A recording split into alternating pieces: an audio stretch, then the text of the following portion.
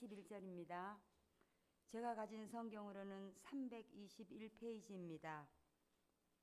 제가 성경을 받들어 봉독하겠습니다. 내가 여러 번 너희에게 말하였거니와 이제도 눈물을 흘리며 말하노니 여러 사람들이 그리스도의 십자가의 원수로 행하느니라. 그들의 마침은 멸망이요 그들의 신은 배요 그 영광은 그들의 부끄러움에 있고 땅의 일을 생각하는 자라. 그러나 우리의 시민권은 하늘에 있는지라. 거기로부터 구원하는 자 곧 주 예수 그리스도를 기다리노니 그는 만물을 자기에게 복종하게 하실 수 있는 자의 역사로 우리의 낮은 몸을 자기 영광의 몸과 형체와 같이 변하게 하시리라. 아멘, 아멘, 아멘.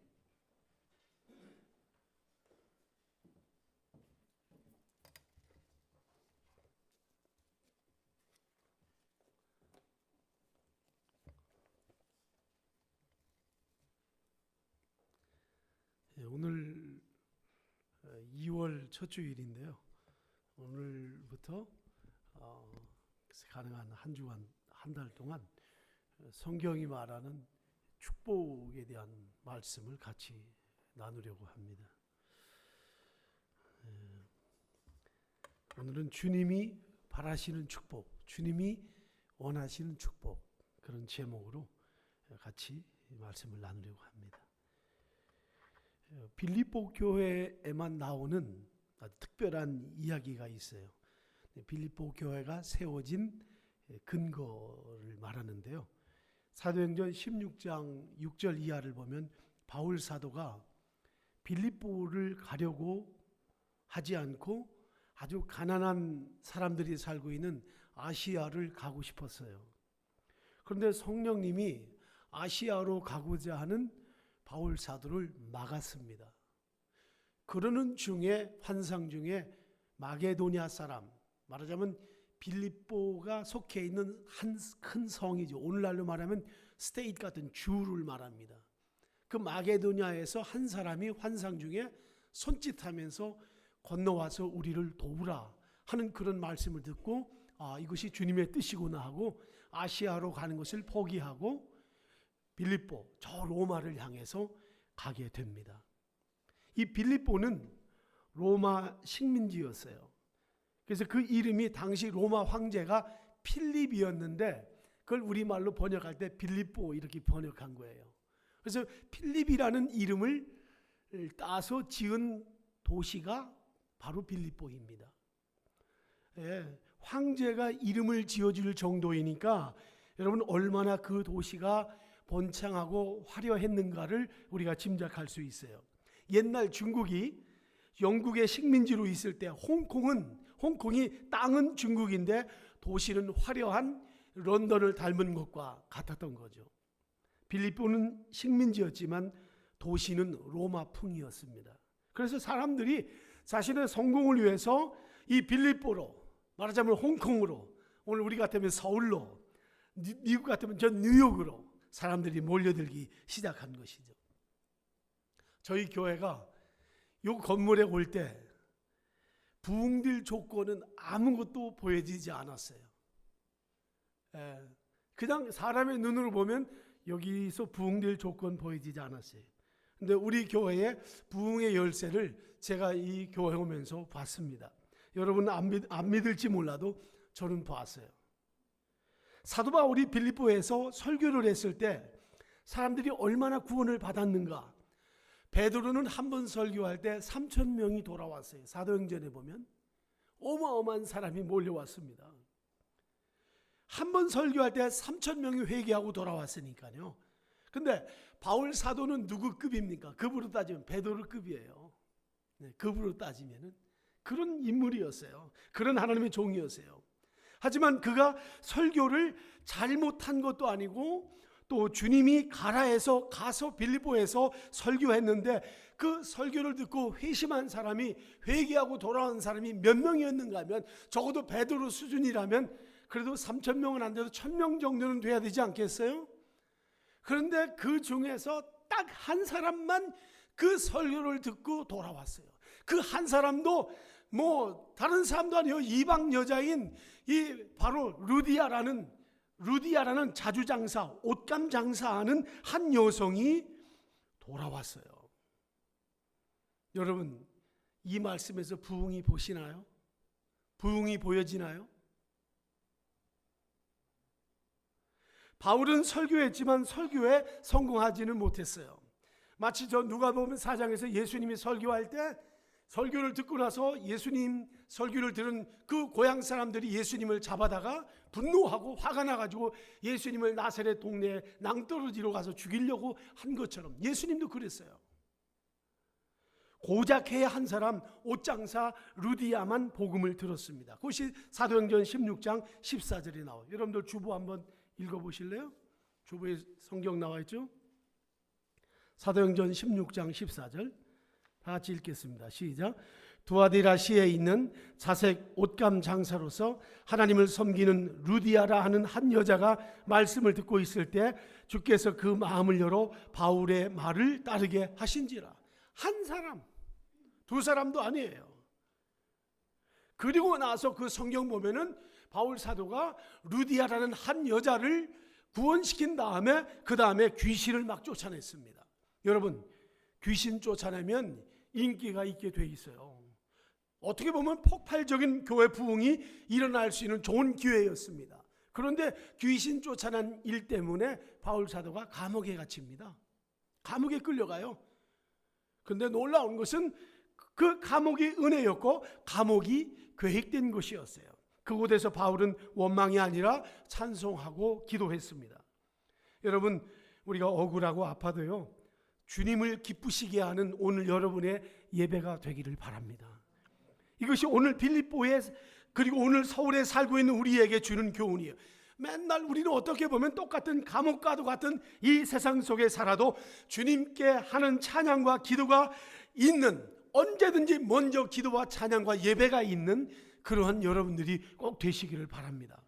그렇게 기도하고 찬송할 때 감옥이 열렸어요. 감옥이 열렸습니다. 예.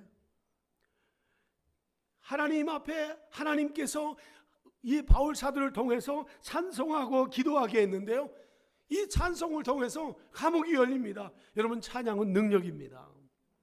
그런데 내가 할 일, 잘 들으세요, 내가 할 일 다 한 다음에 찬양하면 그 찬양은 능력이 전혀 없습니다. 여러분들 오늘부터 경험해 보세요. 지금까지 삶을 경험해 보세요. 내가 할 것 다 한 다음에 찬양하고 할 것 다 한 다음에 예배하면 거기는 아무런 능력이 없습니다. 하나님은요, 지도가신 분이에요. 어떻게든지 우리한테 예배를 받아 먹으시겠다는 거야. 그게 하나님의 마음이에요. 예. 그래서 어떻게 해요? 위험 중에서도 저 여호사밧 같은 사람 적군이 앞에 있는데도 위험 중에서도 하나님 앞에 전쟁, 화살이 언제 날아올지 모르는데 거기서도 찬양하고 목숨을 드린 예배, 그걸 통해서 하나님이 그 민족을 보호하시고 인도하시는 것을 보게 됩니다. 여러분, 예배가 마지막 선택이 아니라 첫 번째 선택이 될 때 그것은 왕께 드리는 예배가 되지만은 맨 마지막에 드린다면, 마지못해서 드린다면 그것은 종에게 드리는 예배일 뿐입니다. 전쟁에서도 아무리 중요한 일이 앞에 있어도 예배를 첫 번째로 드리는 여러분들이 꼭 되시기를 바랍니다. 그때 드디어 옥문이 열렸어요. 여러분, 옥문이 열렸다는 것은 무슨 뜻입니까? 나가라는 것 아닙니까? 그런데 바울이 안 나갔어요. 형통이 왔어요. 기도하고 찬송한 다음에 하나님의 응답이 왔어요. 옥문이 열렸어요. 예배의 결과로, 찬송의 결과로 응답이 왔는데 바울 안 나갑니다. 제가 이 말씀을 묵상한 중에 깨닫는 것은, 박 목사, 기적 따라 살지 말고 사명 따라 살아라, 그런 주의 음성을 들었어요. 이해 안 되는 말이에요. 옥문이 열렸는데도 안 나가요. 그러면서 또 깨달은 것은 능력대로 살지 말고 주님의 마음을 따라 살라 하는 그런 깨달음이 왔습니다. 오늘 제 설교의 클라이막스가 지금 지나간 거예요. 능력대로 하지 말고 힘있고 능력이 있는 대로 다 할 수 있지만 그것 보지 말아라. 주님의 마음으로 살아라. 주님의 마음이 뭐냐? 거기에 한 사람을 구원하기 위한 하나님의 계획이 또 있어요. 예배의 결과로 옥문이 열렸으니 당연히 나가야 되는 것 아니에요? 그럴 때 능력대로 살지 말고 주님의 마음대로 살라는 겁니다. 왜 그렇습니까? 이게 놀라운 비밀이 있어요. 바울이 설교할 때 한 사람 루디아만 구원받았잖아요. 그런데 여기 지금 수많은 죄수들이 있는데 그 죄수들 옥문이 다 열렸으니까 얼마나 신나겠습니까? 복음을 전할 수 있는 하나님의 능력과 기적으로 문이 열렸으니까 복음을 듣고 구원받을 사람이 다 있을 텐데 그거 하지 않아요. 저 같으면 아마 이 죄수들 다 데리고 나와가지고 개척교회 했을 거예요. 여러분, 주님이 원하시는 것은 효과가 아닙니다. 결과가 아니고 과정이에요. 우리 너무 결과를 좋아합니다. 주님은 과정을 통해서 변화시킵니다. 많은 죄수들이 있지만 바울의 관심 다른 데 있어요. 주님이 말씀하신 사명은 한 영혼을 구원하는 거예요. 화려하고 성공을 꿈꾸는 빌립보에서 바울은 성공을 택하지 않고 순종을 택했습니다. 여러분, 주님이 원하시는 것은 성공이 아니라 순종입니다. 성공은 결과일 뿐이에요. 그래서 단 한 명만 거기에서 구원합니다. 또 여러분, 우리가 얻는 기쁨이 사람들이 부러워할 만하고 사람들이 기뻐할 그런 기쁨인가? 어떻게 보면 그건 어느 날 다 썩고 맙니다. 다 사라지고 맙니다. 그걸 남들은 몰라도 주님께 순종해서 얻은 기쁨이라면 그것은 정말 영원합니다. 가만히 있어도 가슴이 뛰는 거죠. 이것이 진정한 은혜예요. 여러분, 우리는 아시아에서는 최고의 도시라 불리는 지금 우리가 서울에 살고 있어요. 마치 자주장사 루디아가 빌립보에서 사는 것처럼. 그런데 주님이 오늘 여기에서 우리를 기다리시는 것은 성공을 주시려고 하는 것이 아니라 순종입니다. 우린 능력을 원하지만 주님은 순종을 원하세요. 우리가 아무리 힘들고 어려워도 나 기뻐하라고 신앙생활하는 것이 아니라 우리 모두가 주님을 기쁘시게 해드리는 아름다운 삶이 되기를 축원합니다. 오늘 교회에 나오기 쉽지 않고 힘들고 어려운 정서로 오늘 우리 하나님 앞에 나왔을지라도 찬양할 마음조차 내게 없을지라도 피곤해 지쳐 있을지라도 혹 그런 분이 있다면 오늘 이 시간이 주님 앞에서 내 삶의 전환점이 되는 이 예배가 되기를 바랍니다. 우린 주님을 기쁘시게 하기 위해서 모인 거예요. 그런데 바로 빌립보 교회에 바울 사도가 여기 편지를 보냅니다. 바울이 눈물을 흘리며 말했어요. 많은 사람들이 보니까 빌립보 성공하려 오고 출세하려 오고 화려한데 많은 것을 갖고 있는데 보니까 십자가와 원수 노릇을 하는 사람이 더 많고 그리고 자기 배를 신으로 삼는 이런 일에 몰두하고 있는 것을 바울이 보았어요. 황제의 이름을 빛낸 화려한 성공의 도시에서 출세해서 결국은 십자가와 주님 앞에서 원수 노릇을 하고 있다. 바울이 통탄해 한 겁니다. 주님은 옛날에 바벨탑을 쌓던 이스라엘 하나님의 백성들이 바벨탑을 쌓았을 때 그걸 보고 마음 아파하셨어요. 그런데 여기에서는 주님이 이 빌립보 교회가 자기 배로 신을 삼고 십자가의 원수 되는 것을 보고 마음 아파했고 바울 사도는 그것을 계속 말하고 있는 것이죠. 눈물이 되었어요. 바울 사도에게 내가 눈물을 흘리며 편지한다. 21세기의 빌립보는 어디입니까? 다 최고의 자리를 찾아가요. 누구든지 다 최고의 자리를 찾아갑니다. 근데 바울은 그렇게 안 해요. 우리의 시민권은 하늘에 있다. 나의 시민권은 하늘에 있다. 여러분, 바울 사도는 로마 시민권을 이때 가지고 있었어요. 그는 그것만 보여주었더라면 감옥에 절대 갈 리가 없습니다. 그러나 바울은 자기 사명을 다할 때까지는 로마의 시민권을 한 번도 사용하지 않습니다. 복음을 위해서는 세상에 힘이 필요하지 않아요. 복음은 복음으로 족합니다. 아멘. 네. 오늘 감이 오는 겁니까? 설교에 감이 옵니까? 네.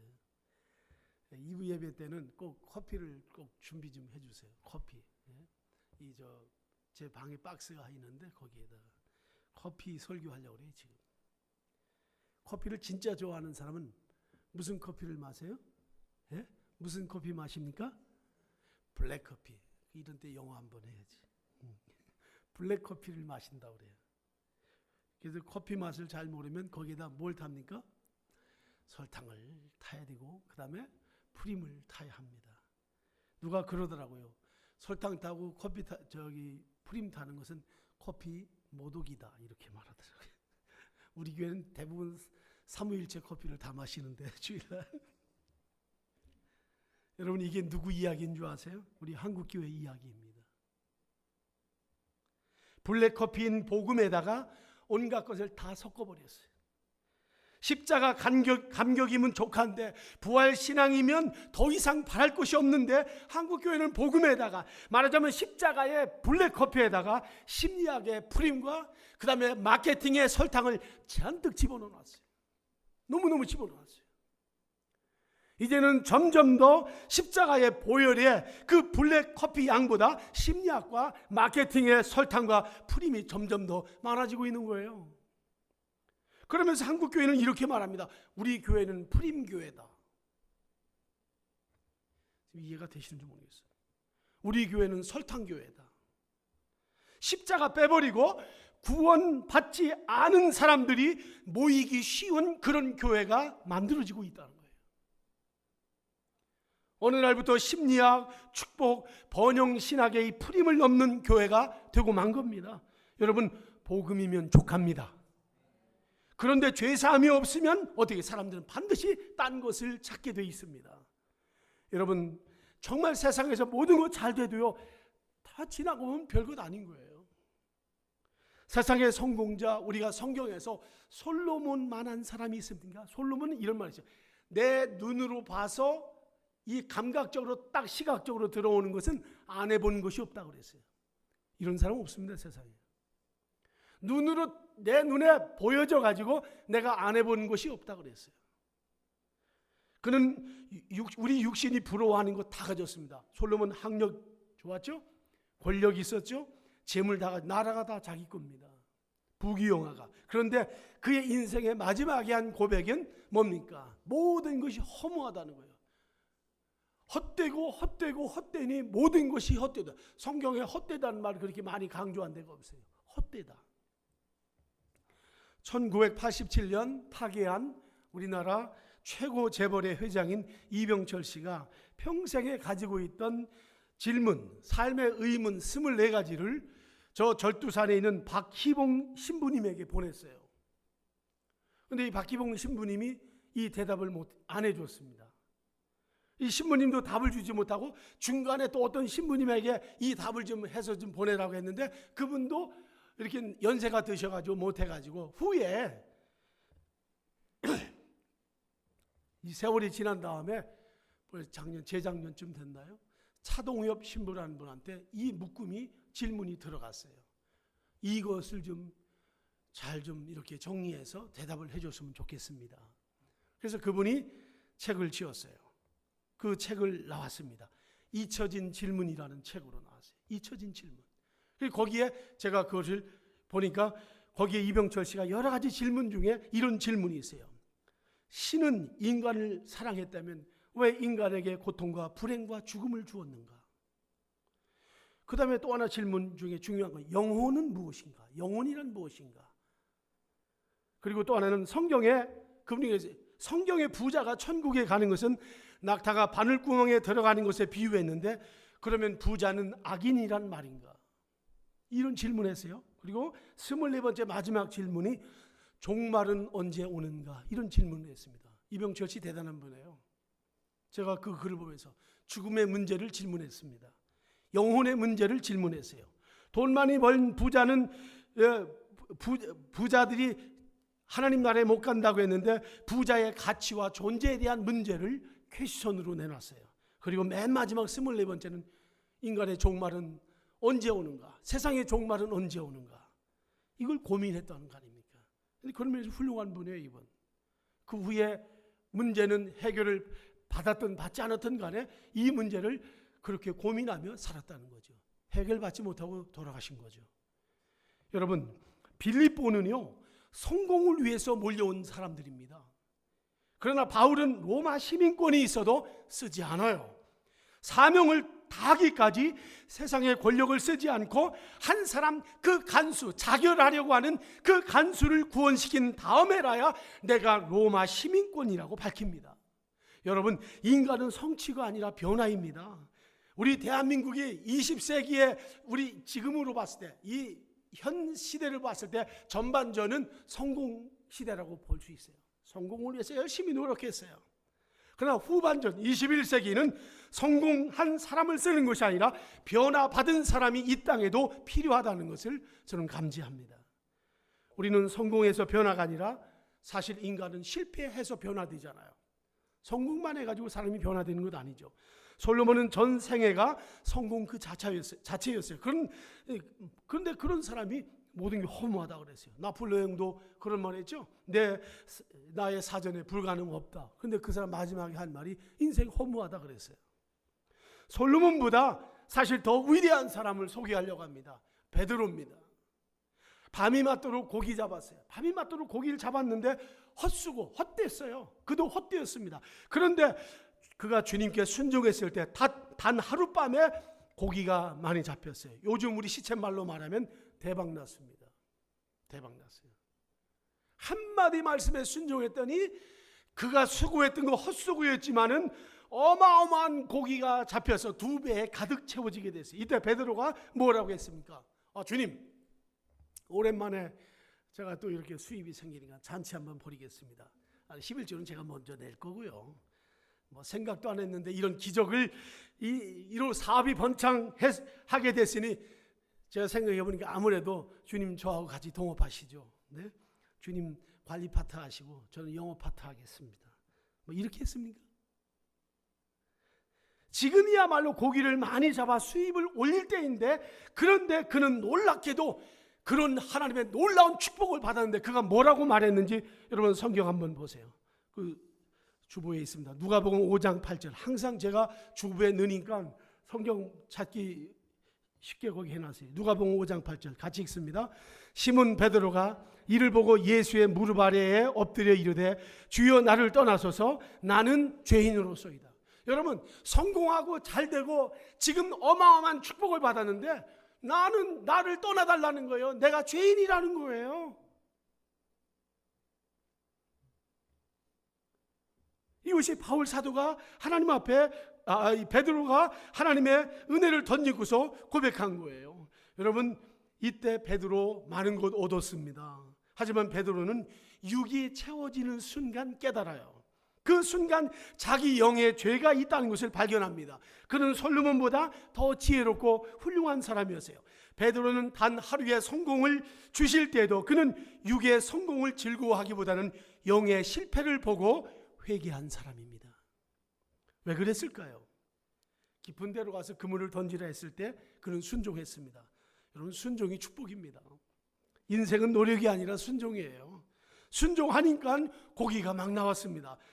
여러분, 이럴 때 인간의 마음은 어떻습니까? 감사합니다 주님, 감사합니다 주님, 감사합니다. Thank you Lord. 영어로 하면 Thank you Lord. 주여 감사합니다. 근데 그게 점점 가다가 예수님은 안 보이고 Thank you fish. 고기 감사합니다. 고기 감사합니다. 고기로 바뀌어가는 거죠. 예? 고기가 많이 잡혔을 때는 예수님의 모습이 마치 돌사진 한 사람 찍은 사진처럼 예수님 얼굴이 크게 나오는데, 그러나 배에 고기가 채워지기 시작하면서 증명사진처럼 주님의 존재가 작아지고 마는 거예요. 주님을 위한답시고 해놓고는 주님을 무시하는 거죠. 이제 너무 많이 고기가 잡히니까 이제는 주님이 아예 안 보이는 거예요. 여러분, 이걸 베드로가 깨달은 겁니다. 내가 죽을 죄인이구나. 이야, 내가 축복을 받으면 주님을 잃어버리는 자가 될 수 있구나 하는 것을 베드로가 깨달은 거예요. 그래서 회개한 겁니다. 주님 날 떠나세요. 축복을 주시는 주님 앞에서 내가 주님을 잃어버릴 뻔했어요. 이것이 바로 그거예요. 이 말씀이. 여러분, 인생의 목표는 성공이 아니라 변화입니다. 솔로몬은 후에 이름을 하나님이 지어주셨어요. 여디디야라는 이름을 주었어요. 솔로몬에게. 여디디야라는 말은 하나님의 사랑을 받는 자라는 뜻입니다. 그런데 이 새 이름을 주었는데 그 이름을 솔로몬이 평생 동안 안 씁니다. 왜 그랬을까요? 여호와께 사랑을 입는 것보다도 내가 가진 재물과 권력과 모든 것을 가지고 세상 누리는 것을 솔로몬은 더 좋아했습니다. 베드로는 본래 이름이 시몬이었어요. 시몬이라는 말은 열심갑니다. 자기 혼자 열심히 노력하는 자, 마치 야곱 같은 사람이야. 근데 이루어진 게 없어요. 맨날 흔들리고 맨날 배반하고 맨날 연약한 자예요. 시몬이라는 뜻이 그런 뜻이에요. 근데 주님이 어느 날 그에게 내 이름을 시몬이라 하지 말고 베드로라, 피터라 해라. 헬라어로 페트로스라고 말하라 그랬어요. 페트로스란 말은 반석이란 말이에요. 그 반석이라는 이름을 주면서 베드로에게 천국 열쇠를 그에게 허락합니다. 그게 뭡니까? 내가 땅에서 매면 하늘에서도 매일 것이고 내가 땅에서 풀어버리면 하늘에서도 내가 풀리라. 이런 어마어마한 약속을 베드로에게 주신 것입니다. 이 은혜가 우리에게도 동시에 주어졌어요.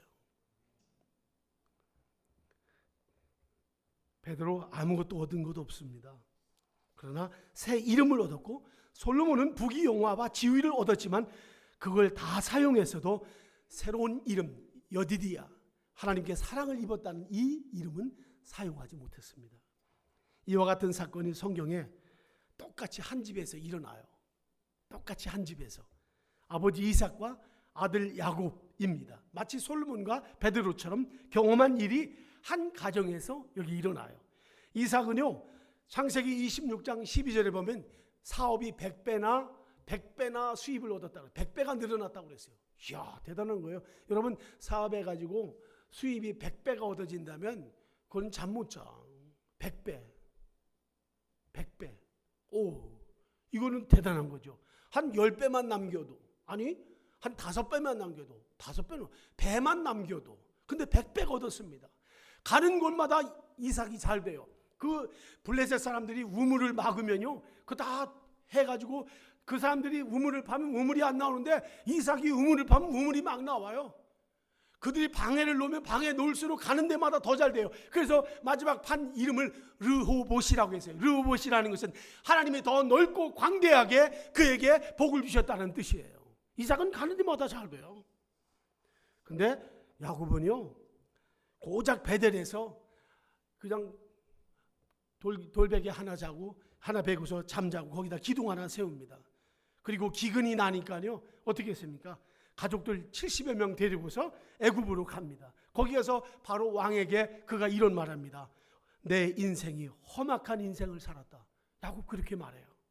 야곱은 도망을 가다가 돌베개를 자고 돌 기둥을 세워 혼자 세워서 거기 기름을 붓고 하나님을 불렀습니다. 야곱은 아버지 이삭이 받은 축복과 비교하면 아무것도 아니에요. 아무것도 받은 게 없습니다. 그리고 아버지 이삭 보세요. 이삭의 형이 누굽니까? 이스마엘이잖아요. 하갈을 통해서 난 이스마엘. 이스마엘이 그 이삭을 못 살게 하고 괴로움 입히니까 하나님이 이스마엘을 확 내쫓아버립니다. 근데 야곱은 그 형 에서가 자기를 죽이려고 할 때 그 에서를 하나님이 멈추게 했어야 되는데 야곱 보고 네가 도망가라 그래요. 이런 일이 어디 있어요? 어떻게 아버지와 아들이 이렇게 다를 수 있는가? 그러다가 야복강 강가에서 야곱이 환도뼈가 부러지고 나서 그 독한 야곱이 거기서 울어요. 지독하게 독했던 야곱이 그러면서 나도 아버지처럼 내 형 에서처럼 나에게도 복을 달라는 거예요. 야곱이 뭐라 합니까? 당신이 내게 복을 주지 않으면 내가 당신을 놓지 않겠습니다. 하나님의 천사에게 그렇게 애걸합니다. 그때 천사가 그에게 이름을 주십니다. 내 이름이 뭐냐? 야곱입니다. 이제부터는 야곱이라 하지 말. 야곱이란 말은 추구하는 자라는 뜻이에요. 계속 추구해. 근데 추구하지만 얻어지는 게 없어요. 근데 야곱이라고 하지 말고 이제는 이스라엘이라 하라. 여러분, 다윗 왕 알잖아요. 다윗 왕이 평생에 가장 존경한 사람이 누군 줄 아십니까? 야곱이에요. 성경 같이 보겠습니다. 시편 146편 5절 마지막 부분이 있죠. 같이 읽습니다. 시작. 야곱의 하나님을 자기 도움으로 삼으며 여호와 자기 하나님에게 자기의 소망을 두는 자는 복이 있도다. 이게 다윗이 한 고백이에요. 야곱의 하나님을 자기 도움으로 삼는 사람이 복이 있는 사람이다. 다윗은 평생 이삭의 하나님을 부르지 않았어요. 다윗은 환난 날에 야곱의 하나님을 부르라고 야곱을 존경했습니다. 다윗이 왕이면서도요, 자기 동족 가운데 자기 선배 그 조상들 가운데 성공한 사람의 이름을 거명하지 않고 야곱을 거명했어요. 왜요? 야곱은 아버지 이삭이 받은 것과 같은 축복을 하나도 누리지 못했어요. 그렇지만은 이삭은 자기 아버지에게 다 받아 누렸는데 한 가지 못 누린 거 있어요. 새 이름이 없었어요. 이삭은 죽을 때도 그냥 이삭으로 죽었어요. 여러분, 오늘날 이스라엘이라는 이름이 여기에서 시작된 것을 아십니까? 야곱이 이스라엘이 되었어요. 야곱은 평생 얻은 거 하나도 없는데 새 이름 이스라엘을 받았습니다. 이름이 바뀌었다는 것은 변화를 상징합니다. 여러분, 야곱이 받은 축복은요, 아픔이었어요. 환도뼈가 부러지는 거. 그렇게 약삭 바르고 자기 지혜와 힘을 사용해서 어떻게든지 형 에서를 이겨먹으려고 했지만 앞길이 열리지 않은 자기 인생을 타개하려고 했는데 오히려 하나님 앞에 복 달라고 했더니 한 대 맞아가지고 환도뼈, 남자의 근원, 힘의 근원이 되는 이 대퇴부 뼈가 부러졌습니다. 힘을 쓸 수 없게 됐어요. 힘 달라고 했는데, 복 달라고 했는데 하나님이 부러뜨렸습니다. 하나님은 야곱에게 말합니다. 야곱아, 네 평생에 네가 힘이 없는 것이 문제가 아니야. 너의 문제는 네가 부서지지 않았어. 내가 너의 형을 처음에 내 형을 보내가지고 너를 좀 어떻게 해보려고 했는데 너 내 형 이겨먹으려고 그랬지. 그리고 내 외삼촌 라반을 통해서 너를 좀 어떻게 인간 되게 하려고 했는데 너 그때도 부서지지 않았지. 할 수 없어. 그래서 내가 천사 보낸 거야. 결국 천사 보내서 야곱이 환도뼈 부러지고, 그때 야곱이 너무 아프고 슬프고 서러워서 울었다고 그랬어요. 그날 야곱은 평생 소유하고 싶은 재산이나 명예가 주어진 것이 아니라 돈도 안 되는, 정말 돈도 안 되는, 세상에서는 아무 유익도 없는 이름 하나 받았어요. 뭡니까? 따라합시다. 변화받은 야곱. 야곱이 변화됐어요. 인생이 변화되면요, 생각과 의식이 변화되면 어마어마한 재산입니다. 저는 우리 성도님들이 금년에는 성공할 만한 일만 선택하지 말고 좀 금년에는, 여태까지 많이 해봤잖아요. 금년에는 내 삶에, 내 인생에 변화받을 것을 선택하는 여러분들이 되시기를 축원합니다. 성공을 위해서 밀려오는 사람들을 향해서, 그리고 그곳에 그리스도인들을 향해서 바울 사도는 성공을 추구하지 말고 변화를 추구하라고 말했습니다. 왜냐? 모든 성공이, 모든 부가 그 배가 하나님이 됐어요. 채우는 것이 하나님이 되는 그들을 보고 바울 사도가 말했던 것입니다. 절대 군주인 황제 아래서 그들이 배운 게 무엇이었겠어요? 그들도 채워져야 되고 소유해야 한다는 것 뻔한 이치입니다. 여러분, 빌립보서 3장은요, 인생의 목표가 성공이 아니라 변화임을 강조해 주는 거예요. 이건 원리입니다. 성공하지 말라는 것이 아니라 성공은 결과예요. 그런 과정을 통해서 오는 거죠. 아무것도 안 했는데 성공이 오는 그런 법은 없습니다. 이삭 성공했어요. 그런데 보십시오. 죽을 때가 돼가지고 뭐 하는지 아세요? 그냥 가만히 있다가 자기 큰아들 에서한테, 야 에서야, 맛있는 음식이나 해와라. 먹고 죽겠다. 이삭이 한 말이 그거예요. 평생 그렇게 산 이삭이 한 말이에요. 그것이 새 이름을 얻지 못한 증거입니다. 세상에는 잘 살을지 몰라요. 이삭은 물질과 땅에 적합한 삶을 살았어요. 그렇지만 야곱은 세상에 적합한 것은 부족했습니다. 그렇지만 그는 땅에 적합한 자가 아니라 하늘에 적합한 자로 평생을 살았어요. 여러분, 이 땅에 적합하지 않은 것 같아서 슬프세요? 오늘 주님이 여러분에게 새 이름을 주시기를 원합니다. 그러면 물질의 복이 따라와요. 여러분, 물질은 결과물입니다. 주님은 빌립보서를 통해 환도뼈를 쳐서 세상을 의지하는 그런 힘을 제거하고 하늘만을 의지하는 새로운 이름을 주신 겁니다. 솔로몬 세상적 즐거움 다 누렸지만은 여디디아라는 새 이름을 주었지만 그 이름으로 살지 못했어요.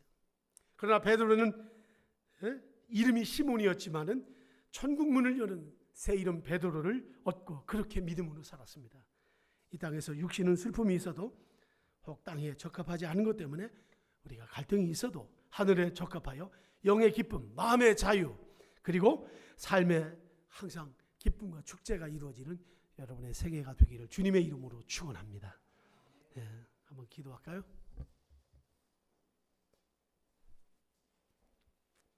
여러분이 기도했으면 좋겠어요.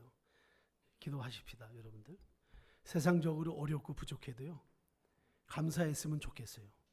주님이 환도뼈를 치시고 아픔 속에 변화받게 하시고 몸은 힘들어도 영이 해방되었으면 좋겠어요. 영의 기쁨, 하나님의 기쁨이 있으면 그건 진짜 성공하는 거예요.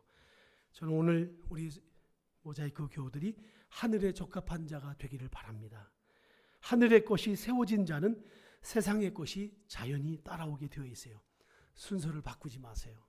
먼저가 무엇인가를 하늘의 것, 하늘에 적합한 자 그렇게 살아가기를 축복합니다. 제가 기도하겠습니다. 하나님 아버지, 저희에게 아픔과 실패 또 혹은 사람들의 거절을 통해 오히려 변화되게 하시니 감사합니다. 주님, 우리가 변화받기 원합니다. 주님 변화받는 기쁨이 우리 안에 가득하게 하시고 우리 인생의 목표가 성공이 아니라 베드로처럼 바울처럼 야곱처럼 변화가 목표가 되게 하여 주옵소서.